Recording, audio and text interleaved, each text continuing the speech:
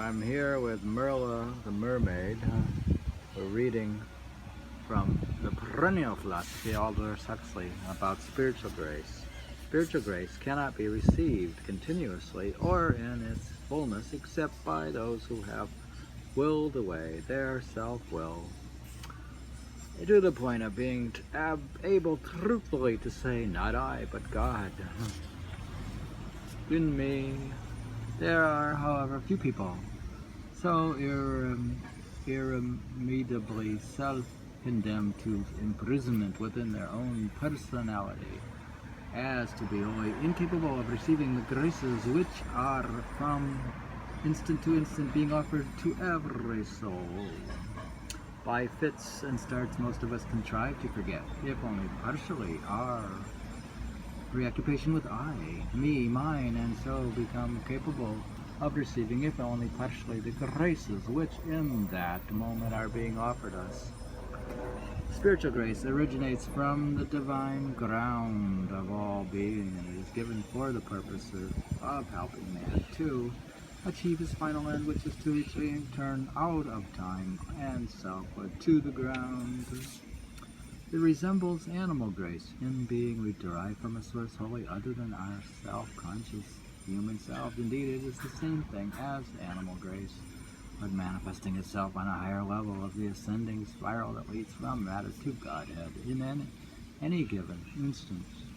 Human grace may be wholly good in so much as it helps the recipient in the task of achieving the intuitive knowledge of God, but because of its source in the individualized self, it is always a little suspected. In many cases, of course, the help it gives is help towards the achievement of ends very different from the true end of our existence.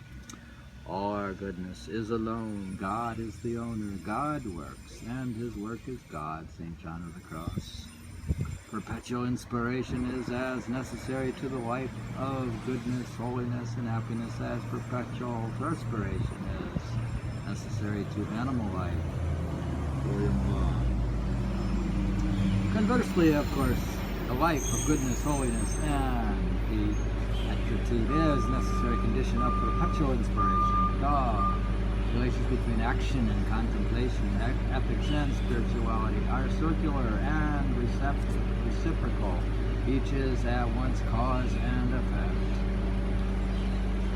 That's worth reading again. Perpetual inspiration is as necessary to the life of goodness, holiness, and happiness as perpetual respiration is necessary to animal life. William Law. Conversely, of course, the life of goodness, holiness, and beatitude is a necessary condition of perpetual inspiration.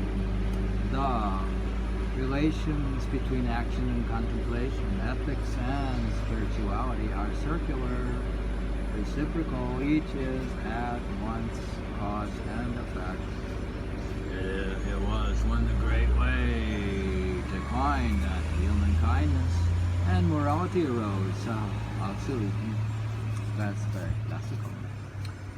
Chinese verbs are tenseless. This statement is as a hypothetical event in history, refers at the same time to the present and the future. It means simply this, that with the rise of self-consciousness, animal grace is no longer sufficient for the conduct of human life. Must be supplemented by conscious and deliberate choices between right and wrong, choices which have to be made in the light of a clearly formulated ethical code. But as Taoist sages have never tired of repeating codes of ethics and deliberate choices made by the surface will are only second best. The individualized will and the superficial intelligence are to be used for the purpose of recapturing the old animal relation to Tao, but on a higher spiritual level. The goal is perpetual inspiration from sources beyond the personal self, and the means are human kindness and morality, leading to the charity, which is the unitive knowledge of Tao, the Tao as at once the ground and logos. Word, Thou hast given me my being, of such a nature that it can continually make itself more able to receive the grace and goodness and this power which I have obtained. Therein I am the living image of thine, already from almighty powers, free will. By this I can even larger respect my capacity for thy grace. Nicholas Cousin. Shun asked Chen, saying, how can one get down so as to have it for oneself? Your very body, replied Chen, is not your own. You should Tao. How should Tao be? If my body, said Chen, is not my own, pray, whose is it? It is the delegated image of God, replied Chen. Your life is not your own. It is a delegated harmony of God. Your individuality is not your own. It is the delegated adaptability of God. Your prosperity is not your own. It is the delegated Exuviae of God.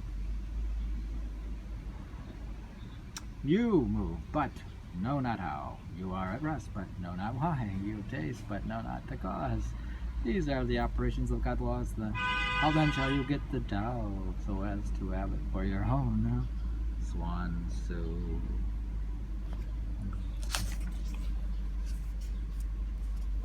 It is within our power either to serve God. Yeah.